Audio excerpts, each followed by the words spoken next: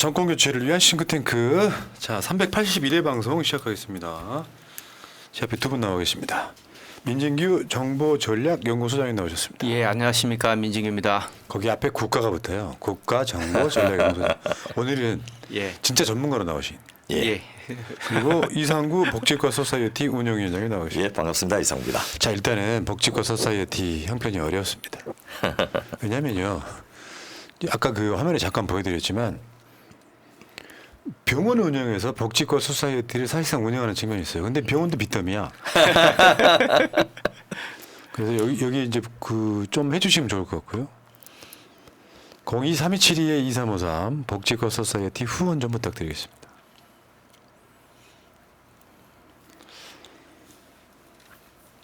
(02-3272-2353) 02-3272-2353 후원 좀 부탁드리고요. 자, 본격적으로 시작하겠습니다.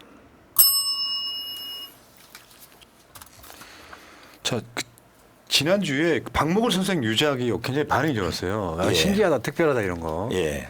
그런데 제가 그 방송을 하고 나서 피드백을 많이 받았는데요. 야, 우리 새날 청취자들이 정말 여러 곳에 종사하고 계시는구나를 좀 알게 됐는데 그 굉장히 재미난 연락을 많이 받았습니다. 예. 우선 한 군데는 온라인 웹진인데 예. 지금 독자가 1234만 명이 있는 그 월간지니까 뭐 그 1000만이 넘어가도 그렇게까지 활성화된 곳은 아닌데 여기서 이 내용 좋다. 예. 이렇게 해서 우리도 이 박목월 선생님 시를 좀 소개하겠다. 이렇게 해서 마침 그날 출연했던 우정원 교수님이 그 한국 시인협회하고 협약을 해서 1,700명 시인들의 시를 대한민국에서는 디지털로 볼 수 있도록 하는 것을 제가 했는데 이 뭐 1,700명 시인들의 시가 그 굉장히 그날 보셨듯이 그 시집 텍스트뿐만 아니고 이미지 또 저 음성 동영상까지 다 만들어놨는데 알릴 길이 없었는데 이 1,700만 독자를 가진 굿세이지라는 웹진에서 우리가 홍보해주겠다 이렇게 나온 거예요. 그래서 야, 이 참 그 우리나라 시 읽는 그 운동에 새로운 바람을 불어일으키구나 이 생각을 했는데 그보다 더 재미난 게 또 왔었어요. 이 조그만 기획사를 운영한 분이 여기가 이제 남들이 해킹 못하고 다운도 함부로 못하게 하는 이런 그 분산 원장 기술이 있다는 걸 알고서 혹시 우리 이제 아이돌 그룹 공연도 그걸 통해서 볼 수 있습니까 하고 문의가 온 거예요. 예. 그래서 제가 뭐 서버라든지 접속 그 용량이라든지 이런 것들을 그 물어고 특히 이 해외에서 그 결제할 수 있는지 이걸 물어봤더니 다 된다는 거예요. 예. 그래서 코로나 때 그 BTS 방탄소년단이 온라인 그 공연을 했는데 BTS 맵 오브 더 소울 1 이게 191개 국가에서 시청하면서 누적 관광객 수가 100만이 됐었어요. 근데 그때 막 이걸 다운받아서 불법을 퍼나르고 막 이런 여러 가지가 있었는데 아, 이 기술을 활용하면 그걸 막을 수 있겠네. 그때 온라인으로 올려갖고 그 평상시보다 티켓 값을 싸게 49,500원에 팔았는데 그때 그 한 번 온라인 공연을 500억을 벌었거든요. 우리가 가능합니까? 예. 그러니까 이 피카페넬라는 그 블록체인 기술을 활용하면 앞으로 전 세계적으로 그 한국의 그 아이돌들이 그 케이팝을 타고서 그 볼 수 있는데 이 다른 나라들은 이런 기술 아직 없기 때문에 또 특히 그 아이돌들 중에 유명한 데가 우리나라에 많이 있지 않습니까? 케이팝 때문에. 그러면 이쪽을 통해서 우리나라의 그 공연 문화가 세계적으로 전파되는 또 하나의 그 교두보가 될 수 있지 않겠나 예. 이 생각을 제가 해봤습니다. 자, 그리고 또 다른 것도 있었죠. 지금 또 다른 제안. 예, 그게 방금 말씀드렸던 아. 예. 그래서 그 기술적으로 이제 여러 가지 좀 그 트래픽이 너무 몰리면 못 한다든지 또 동시 접속을 얼마만큼 감당할 수 있는지 이런 것들을 물어봤는데 일단 자기들이 지금 몇 개 카드 회사하고 그 협력을 해갖고 인터넷 결제를 할 수 있게 해놨는데 그 마스터카드라든지 비자 카드 같이 국제적으로 통일되는 그런 카드라면 얼마든지 결제할 수 있도록 하겠다 이렇게 해서 그 전 세계에서 이제 이 공연을 보고 싶으면 이 사이트를 들어와서 볼 수 있도록 하는 그런 것들이 가능해질 것 같습니다. 지금은 뭐 어차피 서버는 순간적으로 예. 트래픽이 늘어나면 잠깐 늘렸다가 또 안 사도 그러니까 유연하게 빌려서 할 수 쓰고 있는 이렇게 할 그런 수 부분들이 있으니까. 기술적으로 다 가능합니다. 예. 예. 자, 근데 본방송 전에 예. 그 유전자 검사 질병이가 요 얘기 잠깐만 해주세요. 예. 제가 우리 새날 시청자들한테 뭔가 혜택을 들 수 있는 방법이 없을까 이 고민하던 차에 그 최근에 이제 우리 병원에서 유전자 검사하는 업체하고 그 연계해가지고 협약을 맺어서 유전자 검사를 우리 병원에서 대행해주고 비용을 이 유전자 검사 업체가 지불하도록 해서 한 30만 원 드는 검사를 무료로 받을 수 있게 된 거예요. 그런데 2000년에 국립암센터에서 부모가 암 환자이면 엄마가 아빠가 암 환자이면 그 자녀들은 1년에 한 번씩 이제 건강검진을 통해 가지고 암 코호트 구축 사회에 참여할 수 있도록 길을 열어놨는데 그때 국립암센터에서도 이제 그 자녀들의 유전자를 분석해서 그 암 발생의 제네틱 팩터 그 DNA와 내가 가진 유전자와 암에 상관관계 또 엔바이러먼트 팩터 환경적 요인이나 생활 습관하고 암 발생과의 관계 이런 걸 본 적이 있는데 그때만 해도 그렇게 정확하지는 않았거든요. 이 암 유전학이라는 게 나온 지가 이제 그렇게 오래된 학문은 아닌데 저희 레지던트 때는 아예 그 과목 자체도 가르치지도 않았는데요. 최근에 이제 이 회사하고 접촉돼 갖고 제가 그 저 자신도 해보고 또 우리 환자들을 심어준 몇 명 해봤는데 그냥 저보고 다들 한 말이 자리 깔고 앉아랍니다. 아, 예, 지금 예측 화면 보이고 있는데요. 그 지금 나온 화면은 그 75세 할머니의 그 유전자 분석 결과인데 혈당 관련해서 위험이 있다. 또 이분이 그 고지혈증, 콜레스테롤 관련된 위험이 있다. 이렇게 나온 거예요. 그런데 앞에 그 제 자료를 한번 보여주십시오. 임상 병리 검사 결과, 소위 말해서 피 검사 결과 보니까 이분이 그 우리 병원에 오시게 된 거는 이유 없이 계속 어지럽고 힘이 없고 피곤하다. 이렇게 해서 오셨는데 본인의 공복 혈당이 412, 오, 당화 혈색소가 8.9. 그러니까 당뇨가 엄청나게 심하게 악화된 상태였는데 그걸 모르고 있었던 거예요. 그래서 일단 피 검사를 통해서 그 당뇨병이 그 생각보다 심합니다. 이런 부분에 대해서 좀 치료를 합시다 하고는 이제 약물 치료하고 그 식이요법하고 운동요법 같은 걸 알려주면서 하고 있는데 유전자 검사는 이제 일반 피 검사는 그 오전에 하면 바로 다음 날 나오는데 유전자 검사는 2주 있다 나오거든요. 그래서 이분의 유전자가 도대체 어떻게 됐는지 봤더니 방금 보여드렸던 대로 고지혈증하고 고혈당 관련된, 그래서 당뇨병하고 고지혈증하는 유전자가 있었던 거예요. 그래서 이 할머니가 좀 젊어서 그 30대나 40대, 뭐 늦어도 한 50대만 이 유전자 검사를 했어도 나는 부모님한테 물려받은 이런 질환이 있으니까 이걸 미리 조심하고 식사도 조심하고 운동도 해야 되구나라고 하면 이렇게까지 악화되지 않았을 건데 하는 이런 아쉬움이 들었고요. 예. 또 더 재미난 거는 암 유전자 검사. 그것도 한번 지금 띄워주십시오. 이 어르신은 그 암 속에는 폐암하고 대장암 위험도가 있는 거예요. 그런데 이제 갑상선암하고 유방암은 이미 연세가 그 이 위험이 그 발현될 수 있는 시기는 지나버렸거든요. 그래서 그런 유전자 있어도 이게 문제가 안 되는데 폐암하고 대장암은 아직도 있으니까 어르신이 그 연세가 많지만은 정기적으로 뭐 그 검진을 좀 받으세요. 이렇게 이야기했는데 이 이야기를 하면서 혹시 부모님 중에 암으로 돌아가신 분 없었나요? 그랬더니 깜짝 놀라는 거예요. 제 질문을 바꾸세요. 이분의 부모님이니까 얼마나 인사가 많았겠습니까? 사실 우리 아버지가 폐암으로 돌아가셨는데 이런 이야기를 해서 참 그 저희가 이 통계적 이 역학적으로 표현을 그 원인적 인과관계는 아니다. 그러니까 이런 유전자가 있어서 병이 생기는 건 아닌데 병이 생길 확률이 높거든요. 그래서 통계적 유의성은 있습니다. 이렇게 표현을 하는데 예. 이게 굉장히 그 옛날에 비해서 제가 이전에 그 사업을 어렌지 할 때만 해도 그 이 기술이 발달을 많이 안 했는데 지금 그 인간의 유전자가 다 분석이 되고 DNA 매핑이 다 나오니까 이런 부분에서 굉장히 많이 활성화되고 있어서 암 환자들 중에는 이제 자기가 어떤 항암제 잘 맞는지도 유전자 검사를 해가지고 그 유전자 맞춤형 항암제도 투여하고 이렇게 하는데 그동안 예방의학적으로 이걸 많이 안 썼었거든요. 근데 이런 것들을 미리 검사하면 예를 들면 내가 어떤 암의 위험도가 있으면 그것을 위한 예비 활동을 할 수 있는 거예요.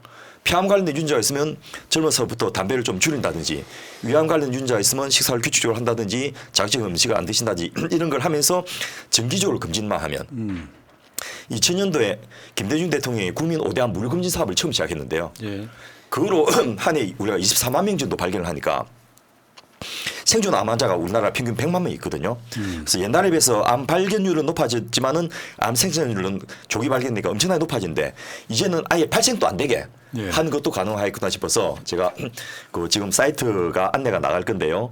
우리 그 뭐 지금 그 클릭해서 들어오시든지 아니면 우리 병원에 미리 연락 주시면 저희가 그 미리 검사를 받을 수 있도록 할 건데 이 새날 청취하시는 분들의 고마움의 표현으로 이제 또 100만 도 곧 달성하니까 한 1000명에 대해서 우선적으로 저희가 무료 검사를 해드릴 건데 그때 혜택을 우리 청취자들부터 먼저 좀 받을 수 있도록 하면 좋겠습니다. 아, 무료예요? 예.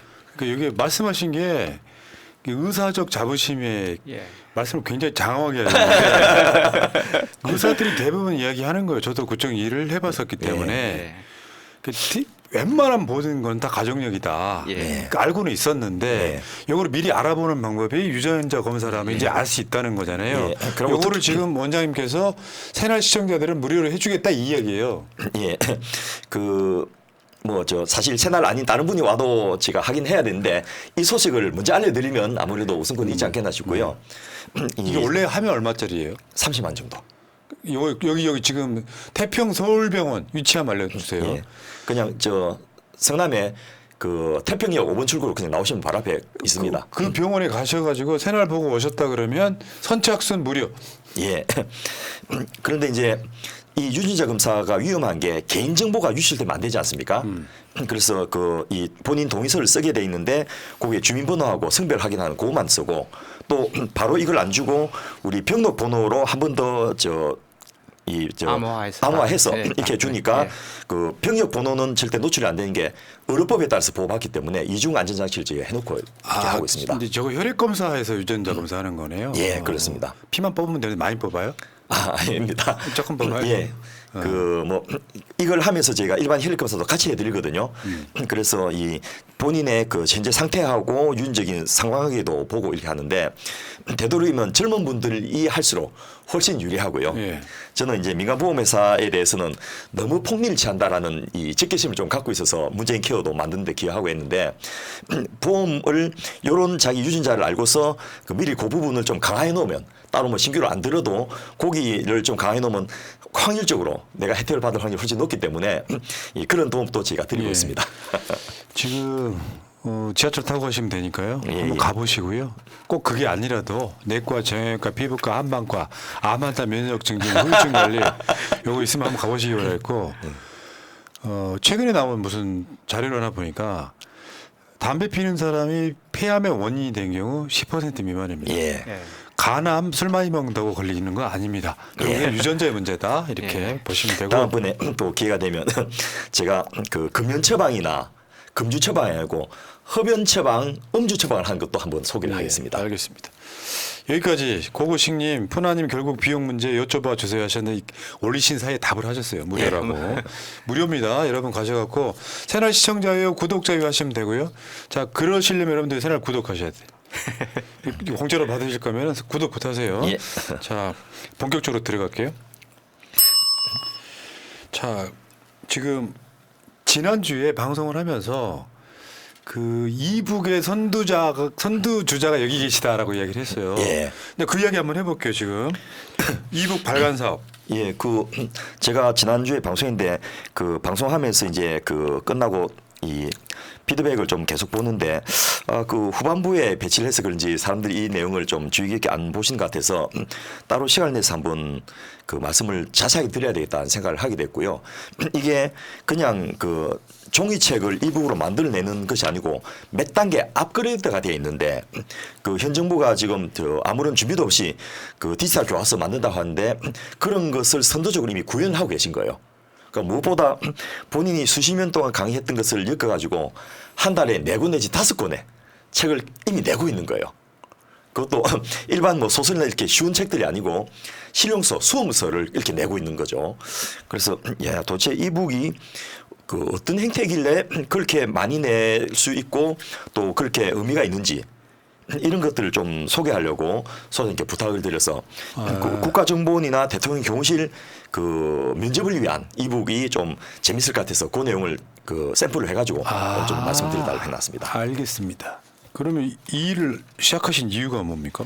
제가 그 뭐 정보 공군 정보장교로 나와서 좀 책도 쓰고 이렇게 기업 강연도 다니고 이러다 보니까 뭐 이런 쪽에 국정원이라든지 경호처 관련되신 분들의 관련된 자문도 해주고 책도 쓰고 이런 일들을 계속 했습니다.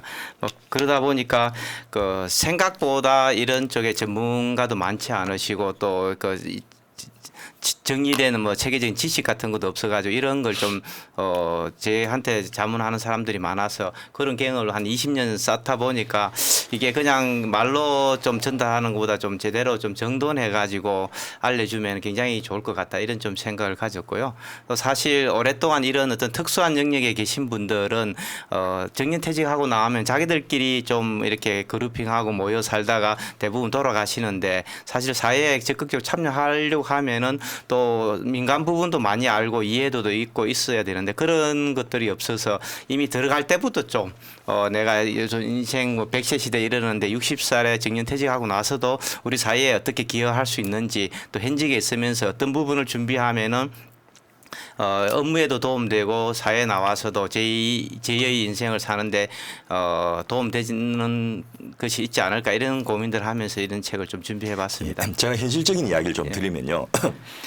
국가정보원이나 대통령 경호실에 근무하면 그 일정 기간 근무하고 나면 낙하산으로 원하는데 거의 어디든지 갈 수 있었습니다. 뭐 옛날에는 심지어는 공무원으로도 그 행정자치부의 그 공무원으로 그 지방정부에도 갈 수 있고 또 공기업 가는 것은 그냥 그 골라서 갈 수 있었거든요. 이제 그거 싹 없어졌습니다.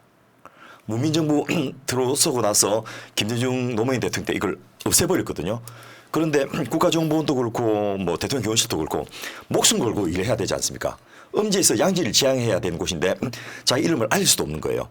그런데 그럼에도 불구하고 좋은 인력들이 와야지 이 실제로 그 역할을 할 수 있기 때문에 그 제가 소장님하고 이야기하다 보니까 알게 됐는데 진짜 사명감을 가진 사람을 뽑아야 되겠다. 그러니까 두 번째로 보람과 자긍심을 가지고 이 일을 할 수 있게 만들어야 되겠다. 그리고 마지막 세 번째로 궁극적으로 그 일을 통해서 자기 능력 발전이 돼서 내가 이 일을 끝마치도 다른 어디 가서도 당당하게 경쟁해서 일을 할 수 있도록 그 실력을 갖춰야 되겠다. 이런 생각으로 이 면접서 수험서를 만들게 됐고 수험서를 가지고 강의를 자꾸 하다 보니까 그 면접하는 요령도 좀 알려주세요 해서 그 강의도 하고 강의만 할 게 아니고 그 강의할 때 자꾸 사람들이 수강생들 찍더래요 사진을.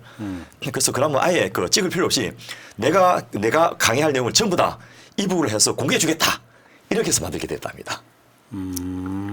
근데 뭐 사실 제가 이제 뭐 이걸 가지고 큰 돈을 벌려고 그런 생각은 없어가지고 가급적이면 학생들이 그 커피 한 잔 정도 사는 금액으로 좀 자기 인생의 새로운 설계를 해볼 수 있도록 책값도 4,900원으로 해서 또 그 교보원하든지 이런 데 가면은 또 15% 할인해 주니까 4,000원 정도만 하시면은 책을 자기가 소장할 수 있는 그런 정도로 조금 저렴하게 이렇게 좀 책정을 했었습니다. 그 스타벅스보다는 싸고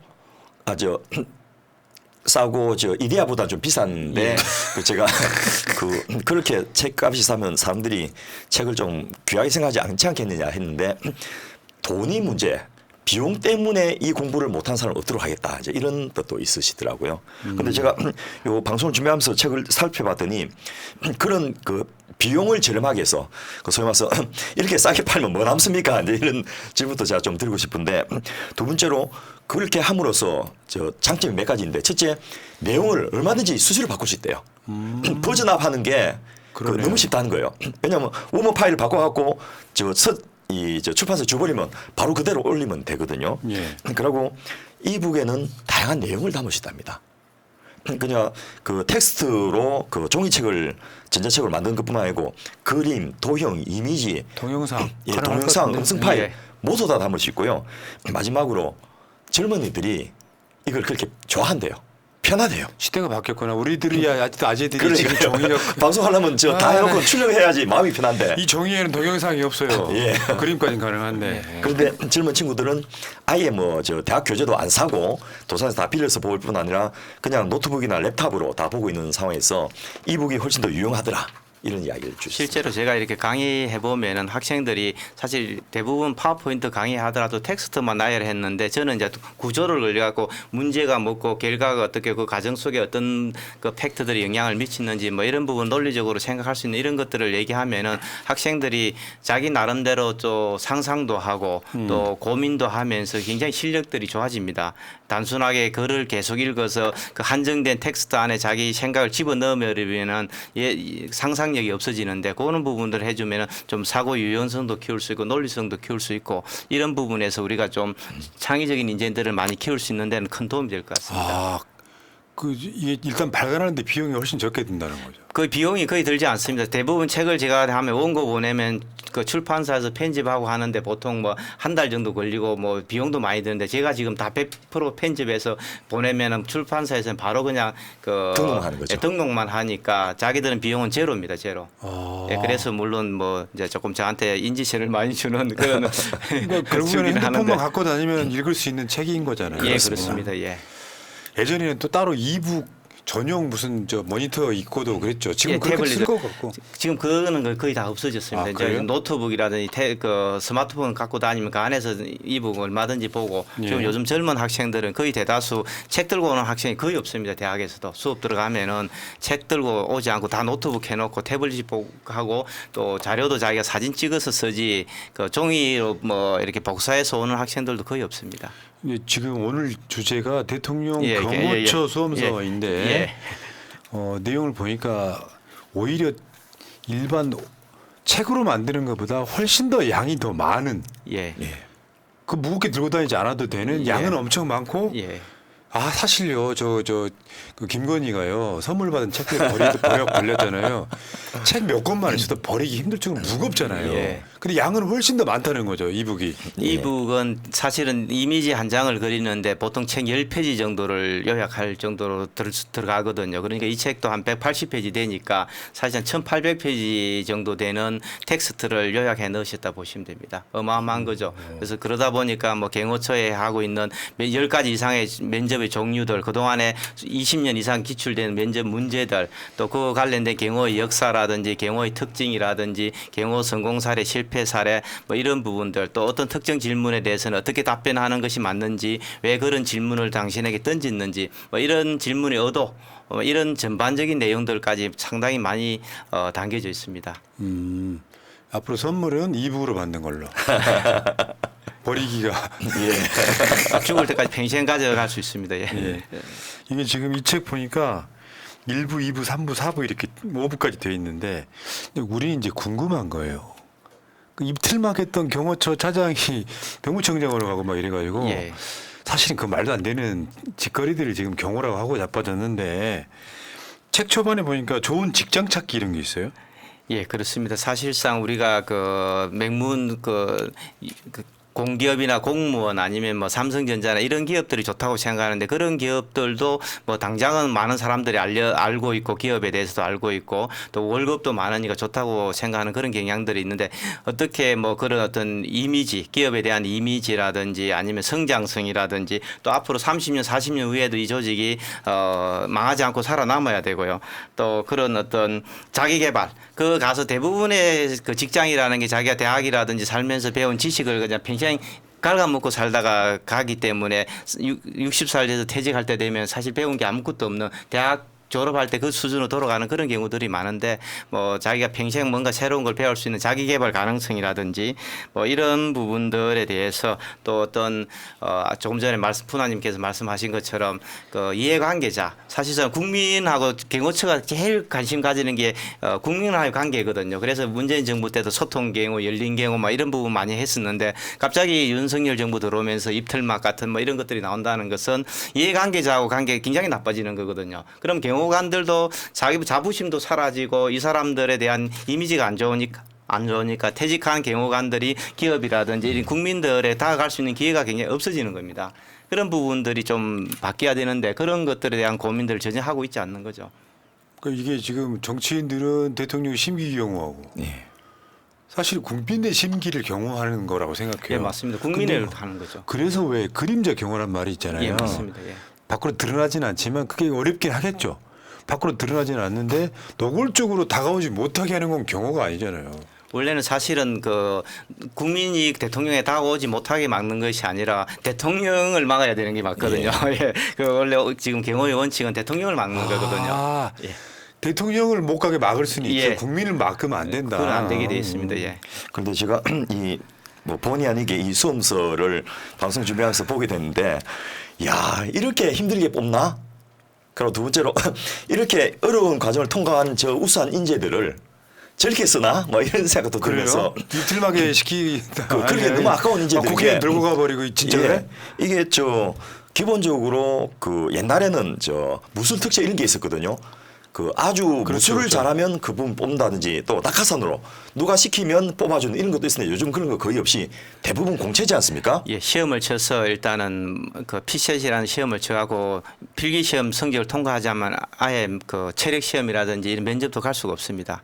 그런데 이게 필기 시험이 7급이더만요. 예, 7급입니다. 상당히 좀 어렵습니다. 예. 그런데 그 물론 이제 우수 인재를 뽑아야 되는 그런 거는 있지만은 경호관을 선출하는 과정이 이렇게까지 복잡할 필요가 있나 싶을 정도로 그 10가지의 그 면접 프로그램을 통과해야 되는데 1박 2일 합숙 면접도 있는 거예요. 합숙 면접, 단순 합숙 면접 정도가 아니라 저녁에 이제 뭐 장기 자랑도 하고 뭐 식혜야 뭐 음주 가무 같은 이런 것들도 노래 자랑도 하고 이러면서 그런 것도 다 보고 또 아침에 그 밥 먹고 이제 저녁에 늦게까지 놀다 보면 아침에 일찍 일어나서 밥을 먹으러 와야 되는데 아침 식사하는 거, 식사하는 예절, 또 이동하면서 다른 사람하고 대화하는지 태도가 들어지는지 뭐 이런 것까지 다 보고 뭐 또 심지어는 우리가 우스갯소리 저는 공식적인 건 아니지만은 자고 있는 그 숙소의 내부까지 촬영하거나 그 사람들 자기들끼리 모여서 나오는 사적인 대화 이런 것들까지 모니터링해서 정말 이 사람이 정말 믿을 수 있는 사람인지 조직에 헌신할 수 있는 사람인지 그것까지 모니터링 한다고 미드 그렇게 드라마 중에 이제 알려졌습니다. 예. 관티코라고 한 게 있는데 그 여자 중에 아주 이쁩니다. 근데 이게 FBI 그 수사관들을 이제 선출을 하는 과정부터 시작됐는데, 야 저렇게까지 거기 보면 저 아이빌리그 졸업생들도 꽤 많이 오는 우수한, 그러니까 굉장히 다양한 국적의 다양한 인종의 사람들을 뽑는데 그 사람들을 면접 보면서 또 교육시키면서 끊임없이 테스트를 하면서 예. 이렇게 그 적성을 찾아가고 적격자를 찾아가고 부적격자를 탈락시키는데, 제가 이 책을 보면서 인성 면접, 심층 면접, 토론 면접, 또 PT 프레젠테이션 하는 면접, 상황 면접, 영어 면접까지는 제가 이미 알고 있는 거였는데, 특정 주제에 대해서 자기의 생각을 기술하는 논술 면접, 또 MZ 세대들의 입장에서 그 사람 지원자를 평가하는 MZ 면접, 또 그 AI 컴퓨터 프로그램을 활용해 갖고 우리 저 의학적으로는 MMPI 이런 게 있거든요. 그런 저 컴퓨터 AI 면접, 그리고 PI 면접, 이런 거는 PI는 뭘 말하는지 제가 모르는데 들어보지도 못한 그런 면접 기법들을 굉장히 동원해서 사람 뽑는다는 걸 알게 된 거예요.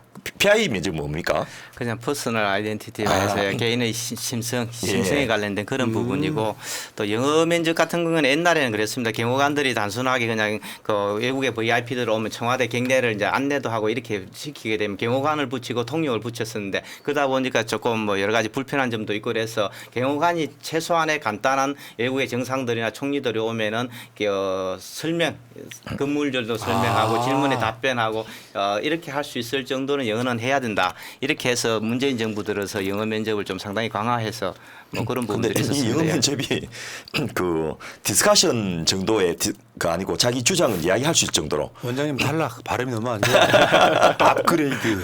디스커션.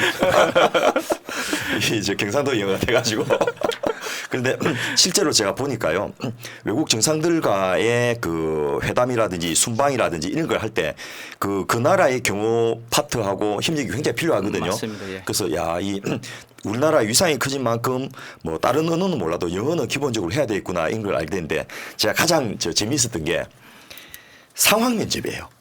상황 먼저. 예.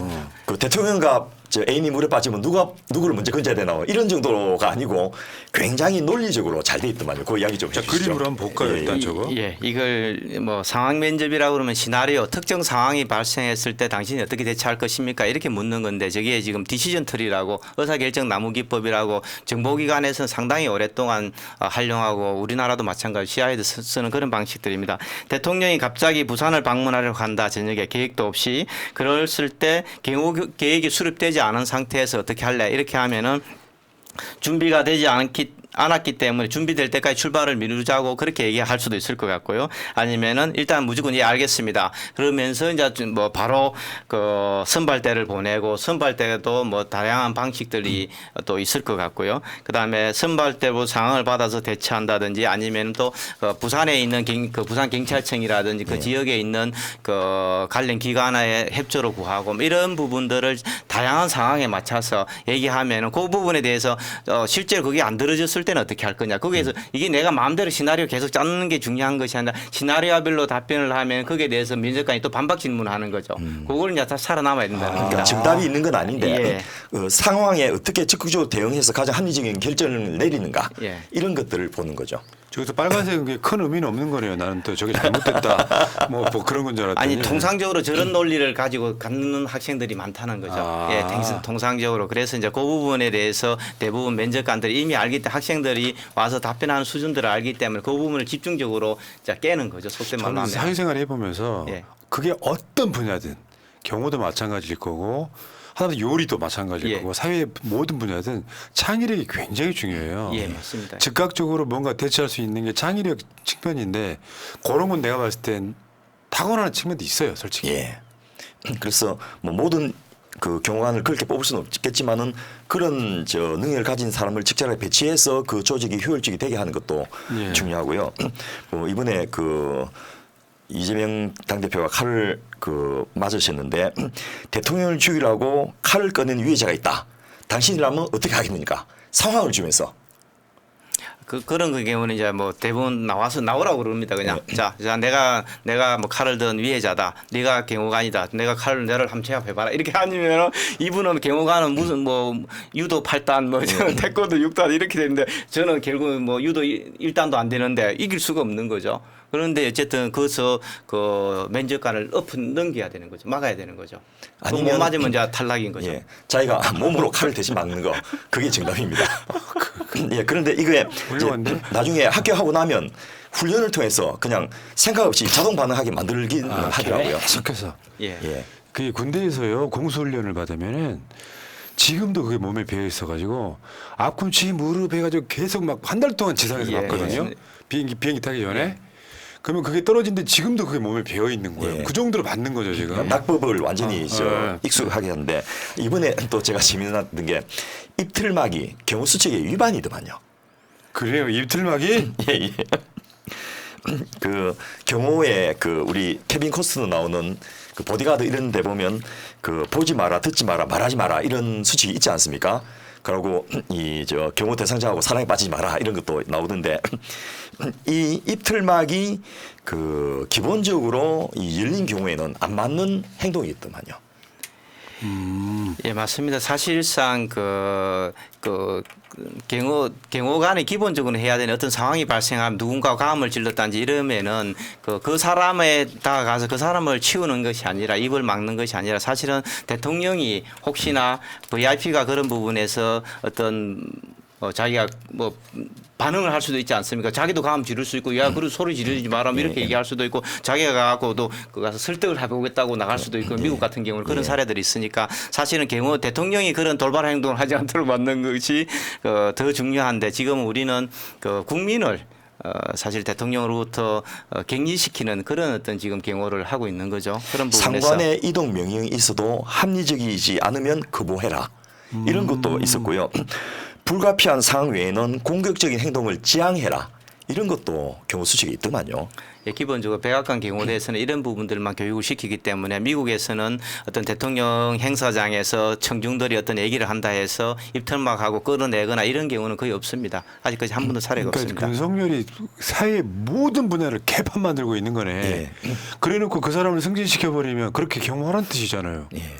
보지 말라, 듣지 말라, 말하지 말라. 멋있는데. 예. 실제로 경호원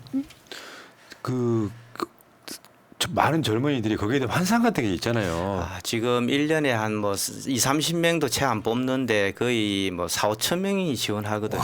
어마어마하게 그렇게. 지원합니다. 그런데 뭐 시험 치고 또 체력 테스트 통과하고 면접 통과하고 이러면 이제 20명 내외로 남는데 또 최근에는 이제 경호처의 수칙들이 좀 많이 바뀌고 국민들이 좀 약간 반감도 갖고 뭐 이러니까 젊은 친구들이 뭐 퇴사하는 사례들이 좀 과거에 비해서는 상당히 많이 늘었습니다. 전에는 거의 안 나갔거든요. 근데 최근에 지금 그 많이 좀 퇴사하는 그런 사례들이 나오고 있습니다.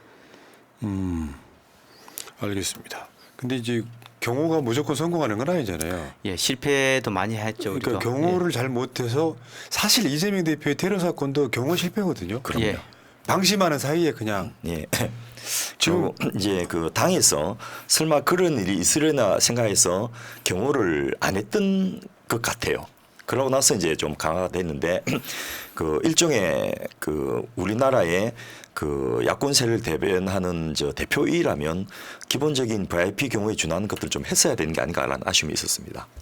예, 뭐 그런 부분들이 있었는데 아마 제가 봤을 때는 뭐 또 용산에서 대통령이 뭐 야당 대표에 대해서 예우를 안 해주고 뭐 이런 부분들이 있으니까 아마 또 과도하게 예. 또 경호하면은 접해는 예, 매수됐다 눈치 볼까 봐. 눈치 보여서 뭐 이런 부분들도 솔직히 있지 않았었나 이런 얘기들을 좀 하고 있습니다. 그 전직 대통령들과 가족들이 예. 몇 년 동안 경호처가 책임지고 경호하는 거 있잖아요. 예.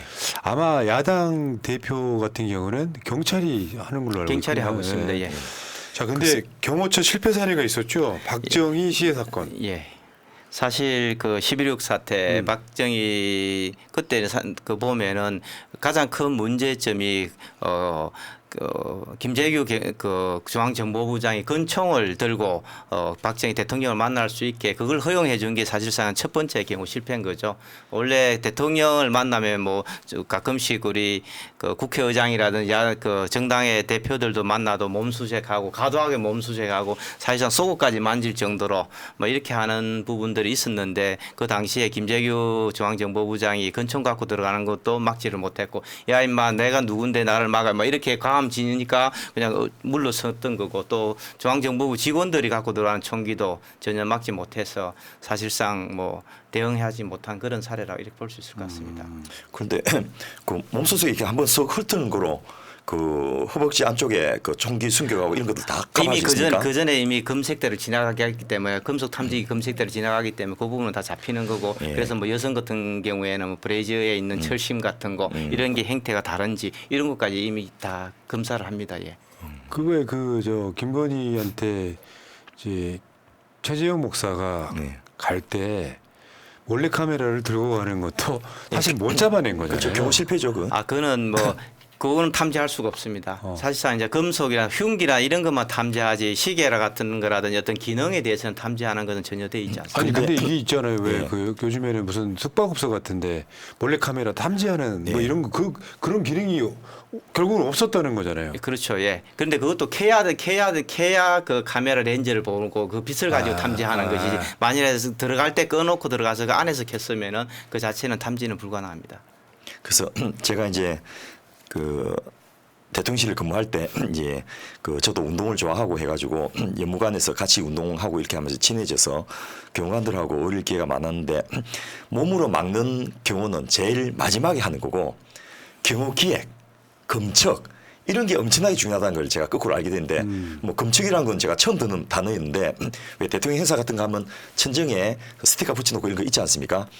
그런 게 모든 유해 요소를 사전에 예상해서 그 유해 요소를 차단하는 이런 것들이 검척이고 또 저 VIP의 동선을 따라서 유해가 올 수 있는 사각을 안 만드는 거 이런 게 경우 기획들이고 그 어떻게 누가 그 배치될 것인지 이런 것들 다 해야 되는데 이런 부분이 사실은 전체 경우의 90% 이상이고 나머지 몸으로 근접 경호하는 것은 10%도 안 됐다고 그렇게 이야기를 하더만요. 그렇죠. 미리 왜 대통령이 만약에 우리 방송에 나온다. 예. 문재인 정부 때 제가 그래서 거부한다 그랬어요. 만약 온다고 한다면 왜냐하면 그게 검칙 때문에 예. 예, 맞습니다. 다 뒤져야 되잖아요. 예, 다 뒤지고 뭐 하수도 뚜껑부터 시작해 창문들 뭐 동네에 있는 모든 걸 다 하니까 사실은 굉장히 민폐거든요. 뭐 그런 부분들 뭐 또 특전사하고 뭐 UDT까지 동원해서 요 하수구 다 둘러 일주일 전부터 둘러야 되고 뭐 이렇게 진짜 상당히 복잡합니다. 존재 자체가 민폐구만. 그런 불편함을 국민들이 감수해 주는 이유가 잘할 거라는 기대 중요한 때문인데 사람이니까. 예, 그것조차 못하면 더 이상 경호를 해야 될 필요가 있나 이런 생각도 드는데요. 예, 그러면은 이제 박정희 이제 시해 사건 각하 정치를 대육적으로 하십시오 이 사건 말고 최근에 아베 사건도 있었죠. 예, 아베 사건 같은 경우에도 사실 일본도 굉장히 그 야쿠자 조직이 민간인은 절대 건드리지 않는다는 게 불문론처럼 되어 있어가지고 그 거의 뭐 안전은 대한민국보다 더 좋다는 그런 인식들이 있었는데 아베 총리가 암살되면서 상당히 큰 충격들을 받았는데요. 사실 이 부분은 보면은 기본적으로 지금 현재로서는 막을 방법이 없습니다. 왜냐하면 사제총을 만들고 하약도 일반 하약이 아니라 그냥 그 애들 문방구에서 하는 그 우리 그 폭죽놀이 하는 하약들을 가지고 얼마든 만들고 하다 보니까 이 자체를 막을 방법이 없었는 거죠. 우리도 충분히 그런 일이 일어날 수 있습니다. 그 장면 지금도 생생하게 기억나는데요. 유세중이었죠. 예, 맞습니다. 예. 연설을 하고 있는데 뒤에서 쏴버린 거잖아요. 예, 옆으로 다가가서 한 발을 쐈는데 거의 첫 발은 빗나가고 두 번째 발이 이제 그 목에 맞았는데 근데 다가가는데도 그 주변에 있는 근접 경호조차가 일단 그게 없었는 게 문제였지, 그게 사실은. 첫 번째 문제였고 첫 발이 빗나갔을 때 총소리가 들렸으면은 바로 아베 그 전 총리를 이렇게 에워싸고 이렇게 했어야 되는데 그걸 한 사람이 아무도 없어서 총소리가 어디서 났는지 그거 찾느라고 전부 다 관심이 자기도 쏠려 있는 거죠. 숨던데 보니까 영상 보면 숨잖아요 경호하는 사람들이. 옛날에 우리 그 74년도입니까 유경수 여사 저격 예. 사건 그 당시에도 단상에 있던 경호관들 거의 대부분이 숨었고요. 본능적인 거죠 그건 사실. 예, 총소리가 그 폐쇄된 공간에서 그 총소리가 들리면 공포스럽습니다. 그런 부분에서 좀 놀라서 숨었고 또 당시에는 그 탁자가 나무였습니다. 그러니까 그 뒤에 숨었는데 총알이 뚫고 들어오는 거죠. 그래서 그 이후로 이제 방탄 탁자가 대통령 행사장에 모든 게 이제 도입됐습니다. 지금은 이제 나무 탁자는 없는데 뭐 그런 부분들이 사실 여러 사례도 있었습니다. 아웅산 국민모지 때도 그 북한 그 공작원이 설치한 폭탄을 했는데 그때는 이제 대통령이 오는 줄 알고 기만대행이라고 그럽니다. 대통령이 탄 차가 두 대가 있는 거죠. 타는 차가. 근데 앞차가는 안 탔는데 앞차가 오는 걸 보고 대통령이 도착했다고 봤던 거죠. 그래서 그 뒤로는 이제 두 대를 가면서 어디에 탔는지를 모르게 하는 거죠.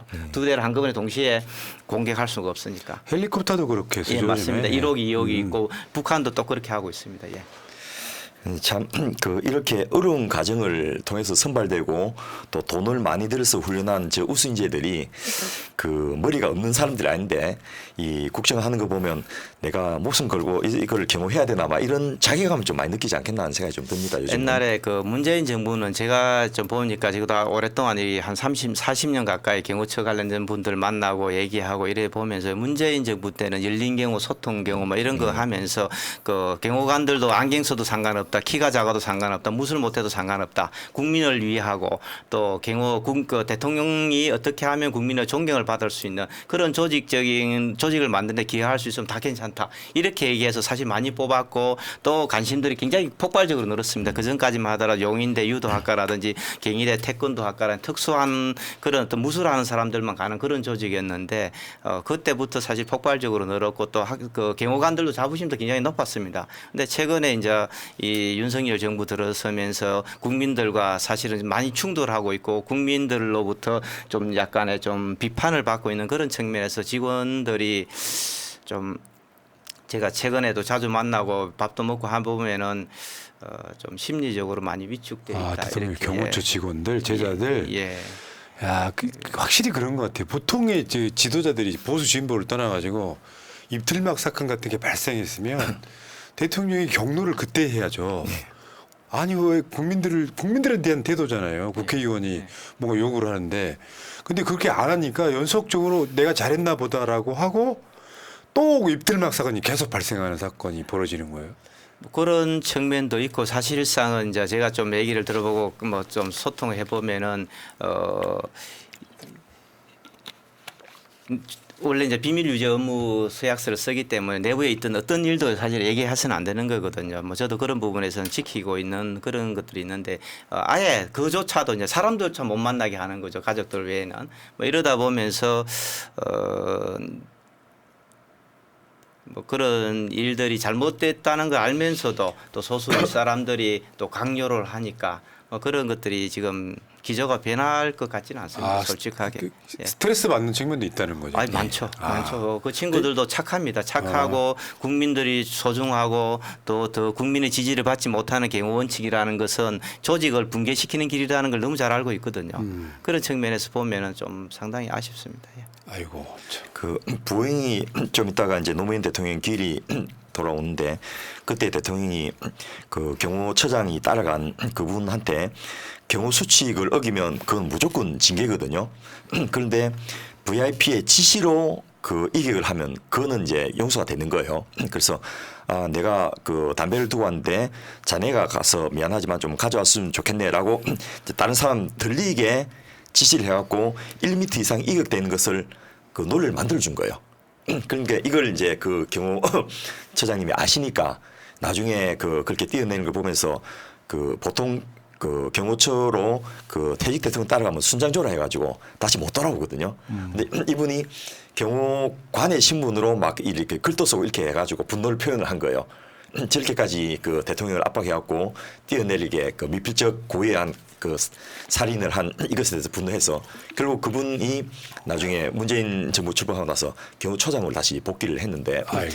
그 노무현 대통령께서 그 경호처장 대신 그분을 지키기 위해서 일부러 그 명령을 해서 그 거리 이격을 그 뭐랄까 그 합법화 시켜준 것들이 대통령 또 경호 수칙을 아니까 내가 그냥 살짝 몰래 그 떨어져 버리면 이게 문제가 된다는 걸 알고서 그렇게 사전 조치를 한 거거든요. 예. 그런 정도로 자기 목숨을 지켜준 사람에게 노무현 대통령은 경의와 예의를 다했다 이런 것도 생각나서 제가 참 울적하더라고요. 알겠습니다. 이런 것들을 이제 경호처 면접에서 다 이북으로 볼 수 있다. 예. 이거 예. 사실 수 있는 거예요? 예, 교보문고에서 지금 판매가 되고 있고요. 책 제목이 뭐예요? 그 대통령 경호처 면접 합격 가이드북입니다. 예. 저거.